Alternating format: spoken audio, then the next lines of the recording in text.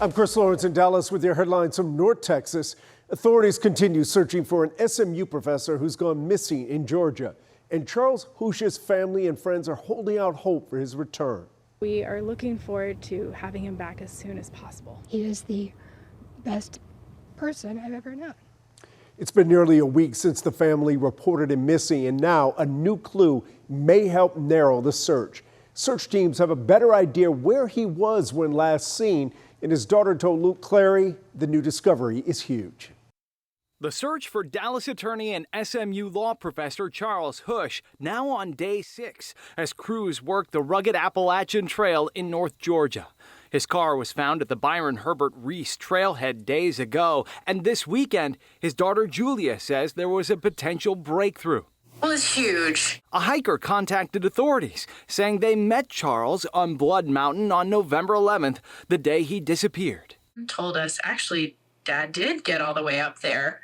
We were sort of wondering if he did because he wasn't really wearing proper hiking shoes, we don't think. What does this say about your dad that he strikes up a conversation with a stranger at the top of this mountain? Luke, I realize you don't know my dad, but that is the most in-character thing about my dad that could have possibly happened. A Harvard graduate who never gave up his Georgia twang, Charles Husch moved to Dallas in the mid-'80s, where he became a cornerstone in the local legal community. He was an Eagle Scout volunteer and a Sunday school teacher, and spent 30 years teaching at the SMU Dedman School of Law. Nearly 100 searchers, K-9 teams, and drones are out there now, and this new sighting is helping narrow their focus. Think about what trails he could have accidentally taken on the way down rather than continuing to go more of the way out. As the days mount, Julia is leaning on her dad's lifelong optimism. He chooses to see the world as the best version of it. And I think if anything's going to help him be found and get, it's those qualities of my dad. In Dallas, I'm Luke Clary. UT Arlington students may have helped detectives crack a cold case that's gone unsolved for 34 years. Police arrested a suspect in Cynthia Gonzalez's murder, and her daughter tells Scoop Jefferson it's the first step in closing a childhood wound. I was very shocked. I thought this day would never come. This is the day Jessica Roberts has waited for since she was 6 years old when her mother went missing. She went to work. It's a little fuzzy after that on when we got the phone call about her missing. On September 17th, 1991, her father reported her 25-year-old mother, Cynthia Gonzalez, missing. She worked as an adult entertainer, last seen after leaving home to meet a client. 5 years later, her body found in Johnson County, shot multiple times. I'm waiting for this day for a very, very long time. Jessica shared photos and memories. She really was a really kind, wonderful person and just so full of life and funny and fun. After decades as a cold case, Arlington PD handed over Cynthia's murder case to University of Texas Arlington criminal justice students, a new UTA partnership program. Weeks after sifting through evidence not shared in detail because of the ongoing investigation, a break in the case. Arrest warrant for 63-year-old Jenny Perkins on one count of capital murder. Perkins shared a romantic partnership with the victim, according to Arlington PD, who surprised UTA students with how their input helped develop the case, among them Preston Schroeder. What did it feel like learning that? It was extremely gratifying. Most of these students weren't even alive when this case was being worked, and it's really cool to see the dedication to someone who they don't even know. After 34 years of wondering and waiting, Jessica Roberts believes her mother's cold case and the police UTA partnership I think this is a phenomenal program. can give other cold case families hope for justice. In Arlington, I'm Scoop Jefferson. A business owner in Garland is making repairs after a car plowed into it with customers inside. Surveillance video shows people scattering from the counter on Sunday. And here's a look at the damage from outside Star Food Mart on North Jupiter Road. The owner tells us no one was seriously injured, but take a look at this. Just last month, he says the same thing happened to his brother-in-law's restaurant not far away. This is the second time happening in 1 month. So what is the chance of being struck in a lightning? With millions, right? The chances of millions, but it happened twice in a month. We've reached out to Garland Police and they plan to release more details about the crash in the days to come. Turns out the best bagels in the country aren't in New York City after all, but right here in North Texas. Starship Bagel won Best Bagel at the New York Bagel Fest. The owners say being a bit smaller sets their bagels apart, and they really focus on the fermentation and flavor. Starship has competed in the anonymous test for 3 years now, and it's the second time they won. A morning radio show known for hosting big names just welcomed a very different guest, one whose journey from Hawaii to North Texas started with a single on-air plea. Here's Sean Giggy. New Country 96.3 with Hawkeye and Michelle here. At one of Dallas's most popular radio stations, a lot of important figures have sat across the table from morning show hosts Hawkeye and Michelle. But perhaps no guest has been as highly anticipated as the one who visited the studio last week. I am nervous, and I don't even know why I'm nervous. Never in the show's history have Hawkeye and Michelle ever welcomed a cat. To understand why, you first need to understand where. Hawaii has a meowger cat problem. No kidding. The island is overrun, and they just don't have enough people to adopt that many cats. Hawkeye learned about all this on a recent trip there. And when he found out about one cat in particular, he knew it didn't belong in Hawaii.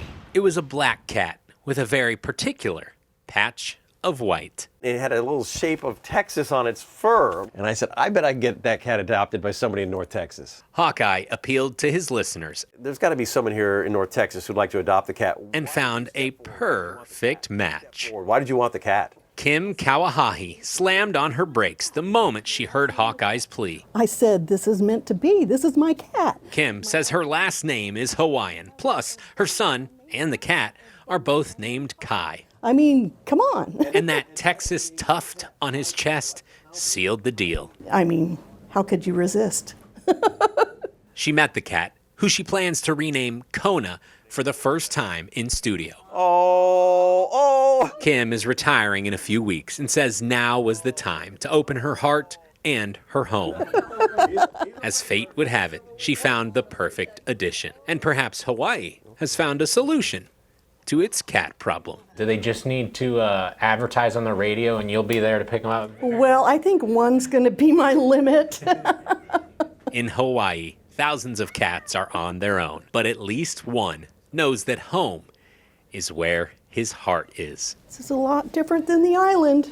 In Dallas, I'm Sean Giggy. Yeah, we can't match those beaches, but I think they'll like it just fine. And those are your headlines from North Texas. I'm Isis Romero, and this is the news in San Antonio. People who live along Fredericksburg Road are shaken over two bloody crime scenes just 800 feet apart. Police say the two men with massive head trauma were found 1 day apart.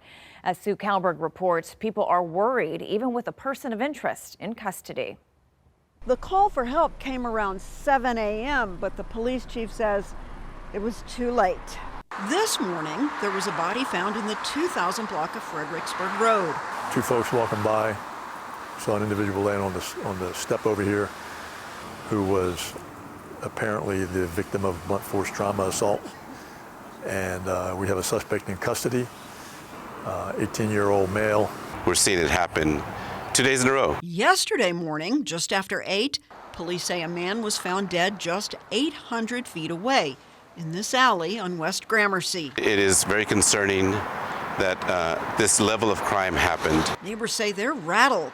Nothing has been to this level where it's a murder, two in 2 days. Neighbors say this victim was badly beaten as well, and that both men were well-known members of the unhoused community in the area.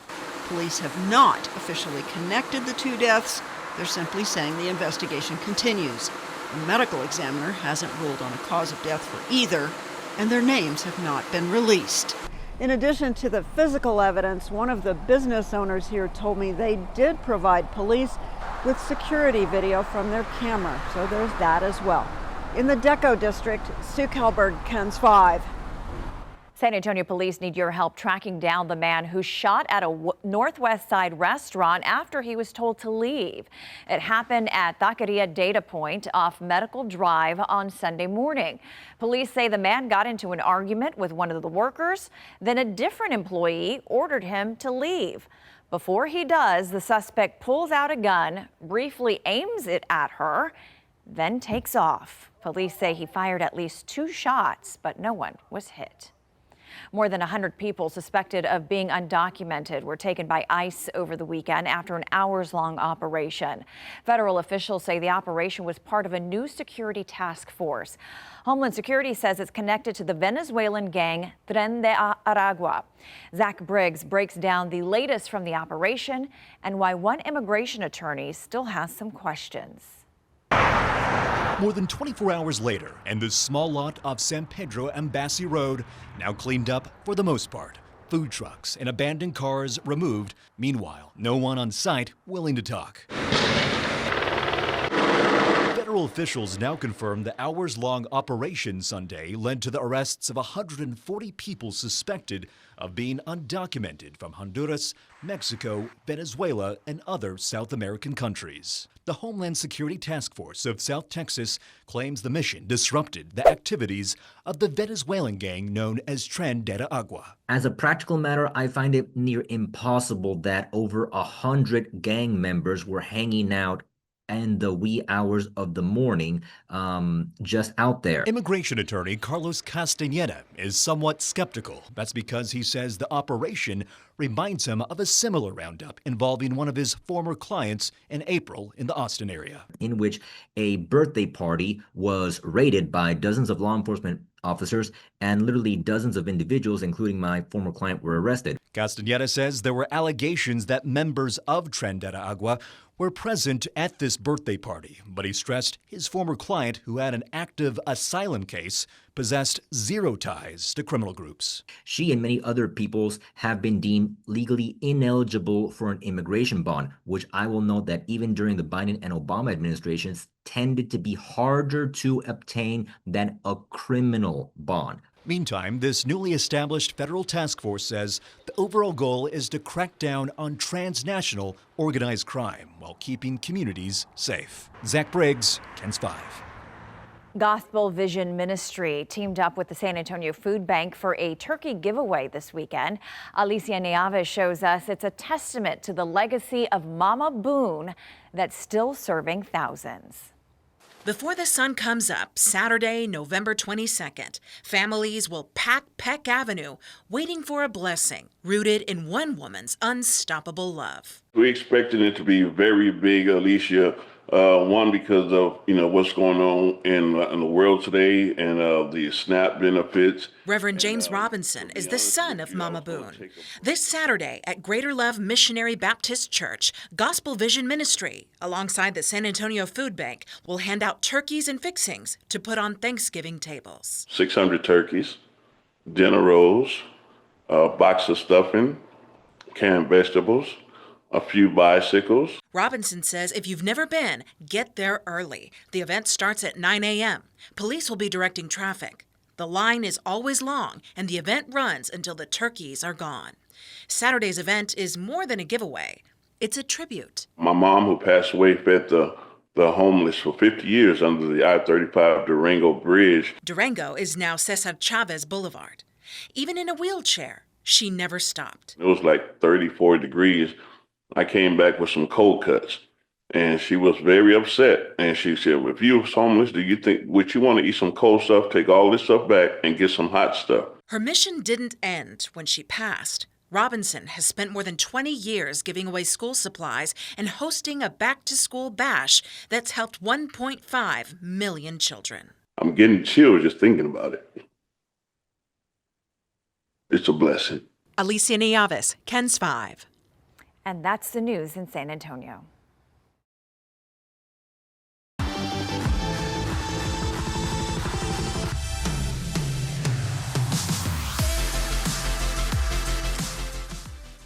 Hello everyone, I'm meteorologist Matt Farrell. Let's take a look at your forecast around Texas. Well, for today, it's going to be another warm and dry day, basically across the state. A few exceptions. You can see El Paso there in the 70s later on this afternoon, Lubbock in the lower 80s, but there are several areas across Texas that are going to be in record territory. In fact, I've got about 4 cities that are going to potentially set or tie a daytime record. Austin, 85, that would be a record. DFW, 85, same story there. Houston, Waco, middle 80s. Yeah, those would all be records if those temperatures do end up verifying later on this afternoon. In terms of where we go from there, showers and storms do start to develop for your Wednesday.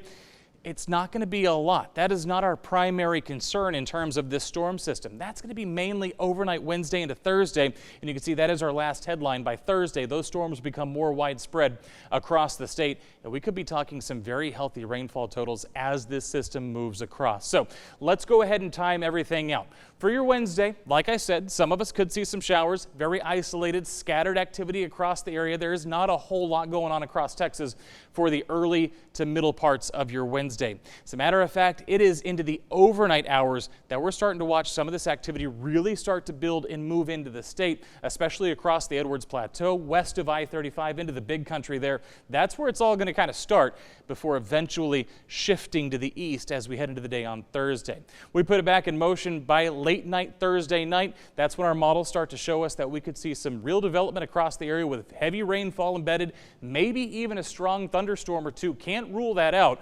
Right now, the rainfall is a little bit more of a concern than the severe weather, but again, I cannot rule out a couple of storms that could have some gusty winds, maybe even some small hail embedded within them. In terms of where we go on Thursday, again, maybe a lull in the activity, but as we head through the day, it starts to move across the I-35 corridor, and it's going to stay with us through the day, into the night Thursday, and then potentially even a little bit into Friday morning before eventually moving off to the east. Now, behind that, I've got some really nice weather as we head into the weekend. Friday and Saturday look very good. But before this storm system moves off, again, a couple of storms could be on the stronger side.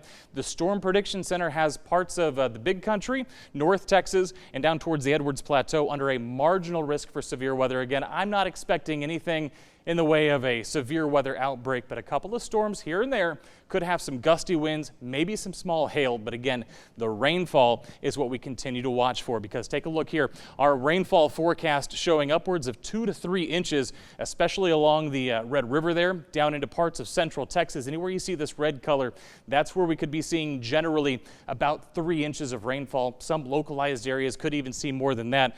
There's a big spread across the state. If you're in the Trans-Pecos, we're talking a tenth of an inch, a quarter of an inch. If you're in the big country, anywhere between an inch to about 2 inches. And then again, most of that rainfall right now, our models kind of showing it would be along the I-35 corridor, DFW down to Waco, Austin, and San Antonio. So we're going to keep an eye on that again for the next couple of days. As far as your temperature forecast across the regions of Texas here, for West Texas, El Paso, Lubbock, Midland, again, kind of staying a little bit cooler as the system moves in. So we go from the 70s, 80s down to the 60s and 70s through Wednesday and Thursday. For Central Texas, Austin, Waco, Fredericksburg, again, right around 80 degrees, staying there through Wednesday before things finally start to cool down there on Thursday. Do want to point out, down in the valley, 93 in McAllen, 91 potentially in Brownsville today, 93 there in Mission. And again, that's going to continue to be sort of the trend there. They're going to be a little bit left out of this system as it continues to move through. And then East Texas, again, same story. Rain moves in by Thursday, a little bit cooler there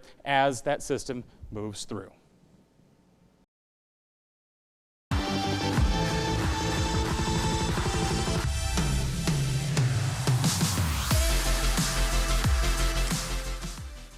Let's take a look at today's headlines across Houston. Hello, I'm Len Cannon. KHOU 11 getting solutions for a Houston neighborhood after residents came to us for help. They are not happy with a line of box trucks that had taken over their streets for months. The neighborhood sits off the Katy Freeway Service Road near T.C. Jester Boulevard. That's in the Rice Military area. Ork Romano with the update. For the first time in 6 months, we have our street back. There are no trucks. There's no traffic. It feels like home. Juan Wesso is breathing a sigh of relief. He woke up this morning to a near-empty roadway by his Rice Military neighborhood. Just yesterday, there was a line of commercial box trucks parked in the wrong direction on the one-way street. Wesso reached out to KHOU 11 for help and told me for months the trucks would load and unload furniture, impacting safety, parking access, and trash pickup for residents. Now with the road clear, those worries are gone. How does it feel? Amazing. Absolutely amazing. Such a sense of comfort that now that I can enjoy walking the street, hanging out with my kids, and not having to worry about any safety hazard. The change coming after my report aired last night, pushing for solutions. Despite several 311 calls and some tickets issued, nothing happened until now. A big thank you to the KHOU team. Y'all immediately responded to our requests, came out to investigate, and 24 hours later, the trucks are gone. What's it like seeing the streak without those trucks? Oh, it's amazing. It's exactly what we wanted, really. I don't feel so bad having the kids come out and play and run around, and really fast response time. Pretty nice to see that within a day the trucks are gone. Residents hope that this is the start of a long-term solution in keeping those box trucks away from this street. They say to ensure that they're trying to get signage installed here. We're hoping that they'll come out and put signage out here that says no commercial vehicle parking. Which kind of raises the stakes from just like a ticket to being able to actually boot and or tow the vehicles. For now, residents are cautiously optimistic the trucks will stay away. I know if they do return, I know who to call. I know KHOU's on our side. Reporting from Rice Military, Orko Manna, KHOU 11 News. He knows who to call. Things slowly returning to normal for folks out in Bay Cliff after a huge fire at a decommissioned power plant on Sunday. That fire is now out, but it sent smoke soaring into the sky, raising a lot of concerns. Texas City Emergency Management says parts of the plant may continue to smolder and crews will remain on site. Air 11 here over the scene capturing crews putting additional water where 5 cooling towers once stood. In the Edgewater neighborhoods, residents are still worried about lingering effects of smoke and ash that fell from the sky. Troy Kless spoke with Kenneth Fleeton, who says he is just starting radiation treatment for cancer. You don't know. And I'm 59 years old, and I'm going through health problems right now. So you don't know. And like I said, when you came in, you could still smell it. Texas City Emergency Management officials say fire crews will remain on scene to ensure any hot spots are extinguished. Sadness and relief for a Houston family after police solved a decades-old cold case. Loved ones say Almond Gene Little went missing 26 years ago. Police tell us his remains were just found. Orko Manna spoke to his daughter and explains how police found her father's remains. This is the last photo that I remember Dad took. With each and every picture, Lavita Little Smith holds on to the memories of her father, Almond Gene Little. He disappeared in 1999 and was never heard from again. It's been a disaster, you know, because I went out looking for him, of course, and on many occasions. Little Smith says her father would sometimes drift off, but would always come home. The family finally reported him missing to Houston police in 2011. Now, more than 25 years after Almond Gene Little was last seen, HPD says his remains were found here at the Harris County Cemetery. Did you feel a sense of relief hearing that? On the November the 13th call, yes, I did feel a sense of relief. That knowing, you know, we finally found out where he was. Houston police tell me cold case investigators recently learned Little died at the hospital in 2000, but no next of kin could be found, so he was buried. His daughter believes she knows why. He went in under his middle name, Gene Little, versus Almond Gene Little, to the hospital, and he had no next of kin. The gravestone at the cemetery reading Gene Little. It's heartbreaking for loved ones to see, but it's giving them closure. It feels as if though I can move on with my life. It took up a lot of my time. It took up a lot of my emotions. While HPD tells me there was no suspicious circumstances related to Little's death, the family wants to know what exactly led up to it. Are there still questions you have about what happened to him? There's definitely more questions that I have, but I mean, I feel as if though the main questions have been answered. Little finally at home with loved ones. Orko Manna, KHOU 11 News. Harris County leaders joining Spring ISD officials to show off art installations at Cypress Station schools. 7 new murals. Take a look, can be seen on 3 different schools. The goal of the displays is actually to support the county's efforts to prevent crime among young people. One of the best ways to stop crime is to keep it from ever happening. So we pioneered our violence interruption program. in this neighborhood and in Sunnyside. This is part of the Prevention Through Environmental Design initiative. Since it was introduced, crime has actually dropped 36%. The U.S. is cutting red tape for World Cup fans. The Trump administration announcing a new program that will help expedite visas for World Cup ticket holders. With just 7 months until the World Cup actually comes to Houston, there's been a real concern that long visa wait times could keep fans out of the country. The new shortcut is designed to change that. FIFA officials joined President Trump at the White House to roll out what's called the FIFA Priority Appointment Scheduling System, or FIFA Pass for short. Anyone with a World Cup ticket can now get access to a priority visa interview. Right now, about 80% of the world can already get an appointment in under 60 days. But countries with huge soccer followings like Colombia were staring at wait times of 9 months or more. The Trump administration says starting early next year, ticket holders will be able to schedule interviews within 6 to 8 weeks. Don't wait till the last minute. Your ticket is not a visa. It doesn't guarantee admission to the U.S. It guarantees you an expedited appointment. You're still going to go through the same vetting. We're going to do the same vetting as anybody else would get. The only difference here is we're moving them up in the queue. We're moving them up faster. Don't forget, Houston is hosting a total of 7 World Cup matches. That is a wrap of your Houston headlines. Thanks for watching. I'm Len Cannon. Hi, I'm Brennan Gurley, and here's what's making headlines across East Texas. New York Jets player and former Gilmer Buckeye Chris Boyd is in the hospital after being shot in New York. Now police are searching for the man who shot him. CBS 19 had the opportunity to talk with Gilmer ISD head football coach Alan Metzel, who reflects on former Buckeye Chris Boyd after learning the current New York Jets player is in critical condition. Coach Metzel has known Boyd since his early athletic years, even remembering him as a middle schooler with rare speed and energy. He says Boyd quickly became a standout in both football and track, eventually winning state championships before heading to the NFL.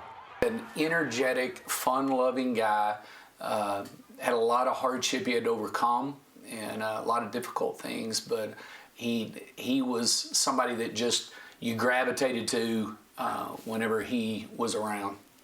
We love him. We love him. We love him not because he's an NFL player, not because he's a great athlete. We love him because he's Chris, and he's very special to our hearts.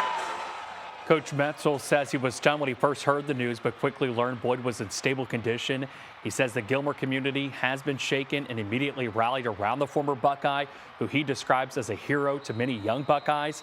Several Boyd's family and friends still live in Gilmer, and Metzel says the town is ready to stand behind him in the days ahead.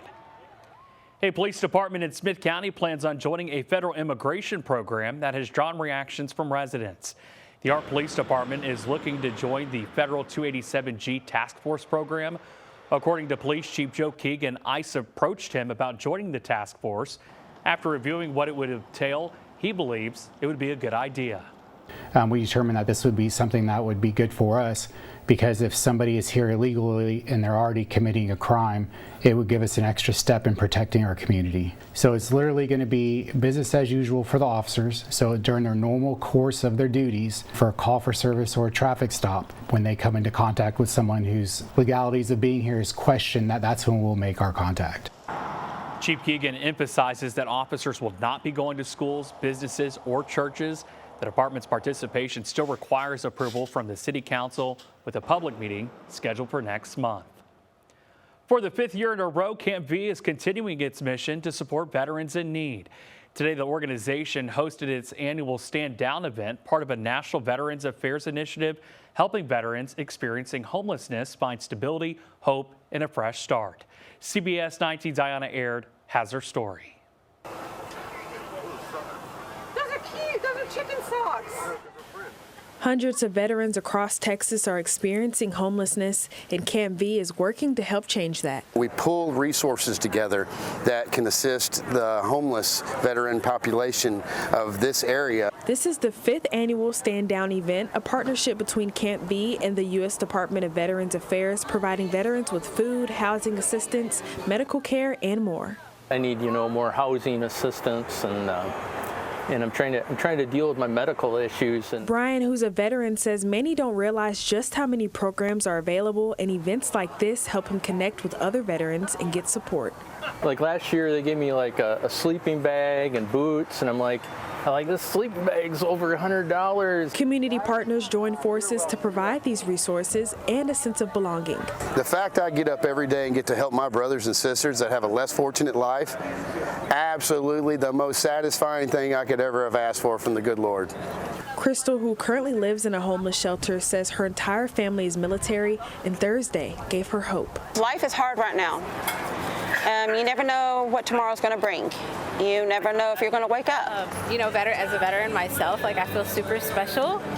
So just to give them something extra to look forward to come and get pampered, to get free haircuts. Thank you for your services, and thank you for not judging.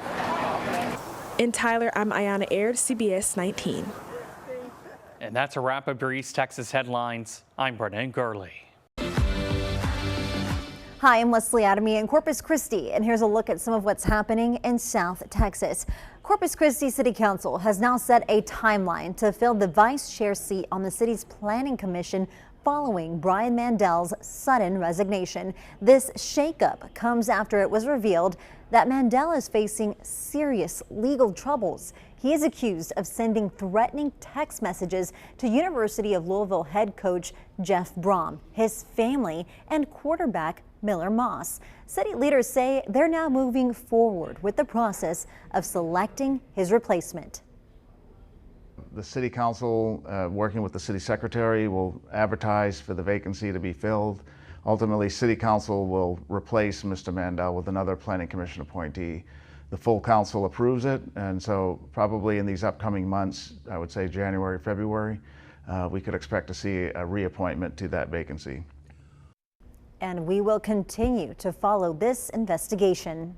And as South Texas continues to dry out, city leaders from around the region gathered to workshop how to keep the taps running before drought drains our supply even further. Michael Gibson shows us some of the solutions that are on the table as the window to act continues to close. South Texas, as you can see, is under severe drought. City Hall turned into a war room today as the National Weather Service told regional leaders the same thing we've been hearing for months. Rain chances look bone dry. Corpus Christi City Manager Peter Zanoni met with counterparts from Mathis, Alice, and Beeville to put together an interlocal agreement before water levels drain any lower. I think given the situation we're in where water supplies continue to drop, any community bringing on additional supplies we welcome. That's why we're working closely with them. Every city at the table is rushing to tap new sources. Corpus Christi has been drilling wells all along the Nueces River, while Alice is working to get its second well flowing into its brackish desal plant. The second well is drilled. We're waiting on the pump and the motor. That motor got sized a little bit heavier. It's a 700 horsepower. We're looking at the last update we had the third week in January. Mathis also has a well project in the works, though the timeline is slipping. If everything goes right, we can have the wells probably coming up by end of January. End of January? Beeville's interim city manager says their new well should pour into the system by late February. Zanoni also told the group that while a full-blown water emergency will be delayed by a couple of months, because of new data, the city needs a clear drought curtailment plan drafted well before the year runs out. Our goal for by the end of December, we need really a message and a plan and some know-how of what does it mean, because we've never been in curtailment. Our Michael Gibson reporting there. And this past weekend, Thomas J. Henry gave away 2,000 turkey vouchers ahead of the big holiday, and the giving isn't stopping there. This event now stretching over several days with the goal of distributing 6,000 vouchers to families. It's a switch from previous frozen turkey giveaways where the bird would be handed out right there on site. His team anticipates a large turnout, grateful for the chance to give back. We are nothing without the community that is here, so Mr. Henry always loves to give back to Corpus Christi, where he started 30 years ago, and we're just happy to serve the community because they serve us. That giveaway will wrap up on Thursday. And that's a quick look at some of what's happening here in South Texas.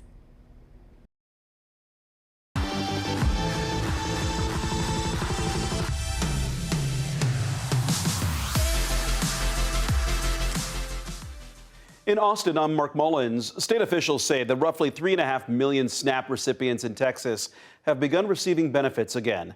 Those food assistance dollars had run out during the government shutdown that ended last week. Adam Bennett shows us how food banks are still seeing record demand and how to help this weekend. With the holidays just around the corner, Nikki Gates got an early gift. That was a nice little surprise. Her SNAP benefits fully restored after being cut from $546 a month to $337. Honestly, I've been checking my app religiously just because I was out of options. She lives in this RV in Leander with her 2-year-old daughter. Gates has been working part-time because she couldn't afford childcare. How did you make do? How did you make do with the partial benefits? Community. Community that includes the Central Texas Food Bank. Their service area includes roughly 270,000 other SNAP recipients and more than 74,000 federal workers. A heavy lift on top of the already 610,000 Central Texans needing help with food. This initial crisis may be over, but we will need that sustained support moving forward. Beth Corbett says more distributions and doubling up on food meant more expenses. Before the shutdown, we were spending about $1.3 million a month. When the shutdown began, we added to that an additional $1 million per week that we were purchasing. Now, with the holidays approaching, Corbett's calling on supporters. The end of the government shutdown did not mean an end to the demand. All right, volunteers, you guys can hear me say yeah. An all-hands effort. Without you guys, we wouldn't be able to make it. And so just thank you. To keep the holidays hunger-free. And besides volunteering, there's another way you can help the Central Texas Food Bank. This Sunday, they're hosting the Austin Empty Bowl Project. It's a fundraiser for them. The public is welcome. We'll put the details on how to get involved at kview.com. Adam Bennett, KView News. A murder suspect is in jail after police found a person dead inside of a cardboard box.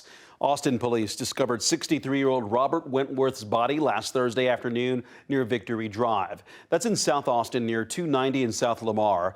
Officers say the victim was inside a large cardboard box behind a bus stop with traumatic injuries.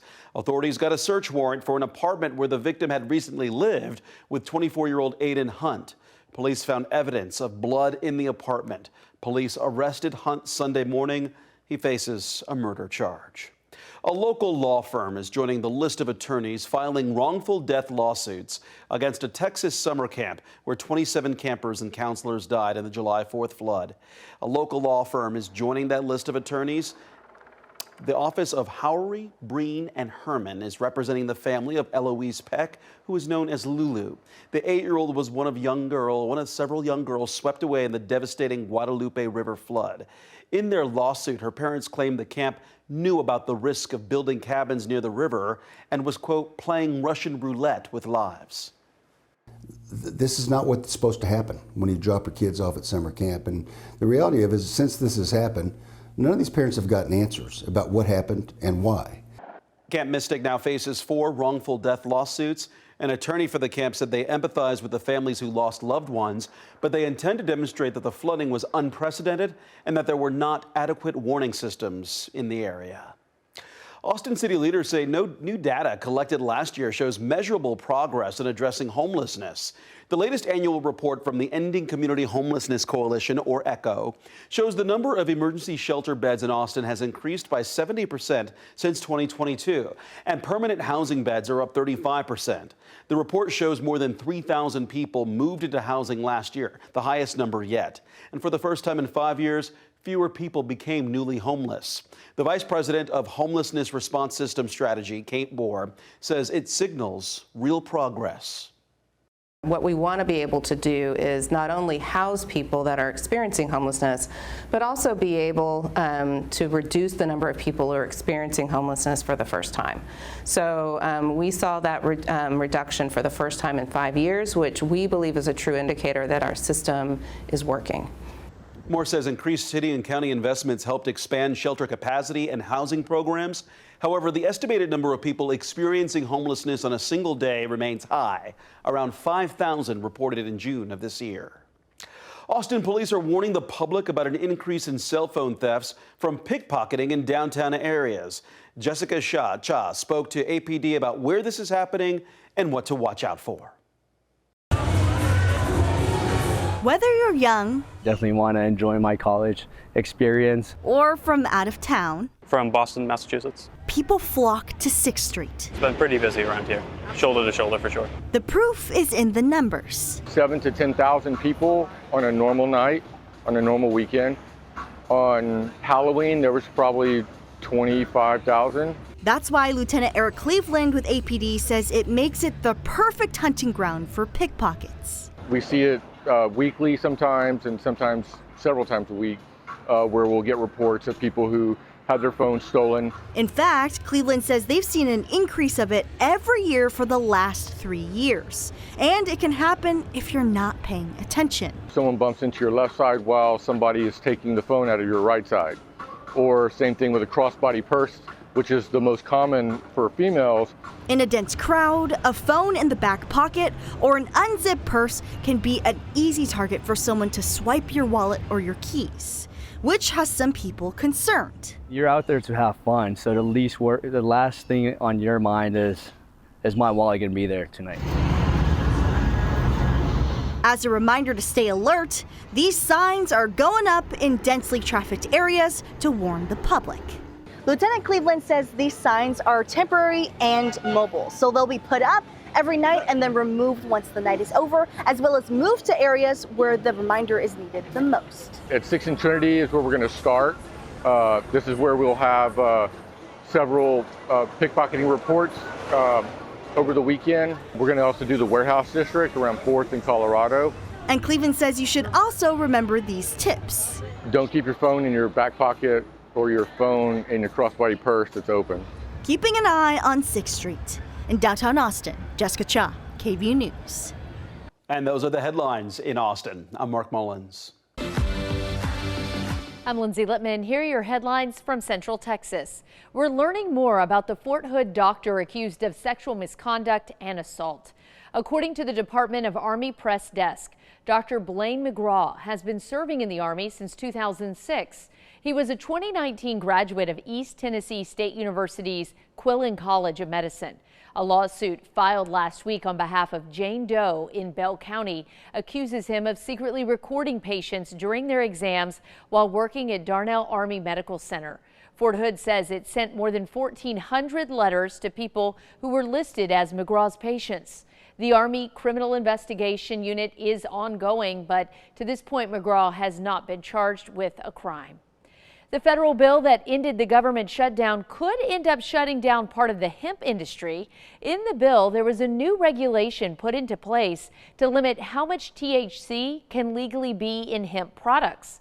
Our Brandon Coate heard from Waco businesses to hear what's at stake.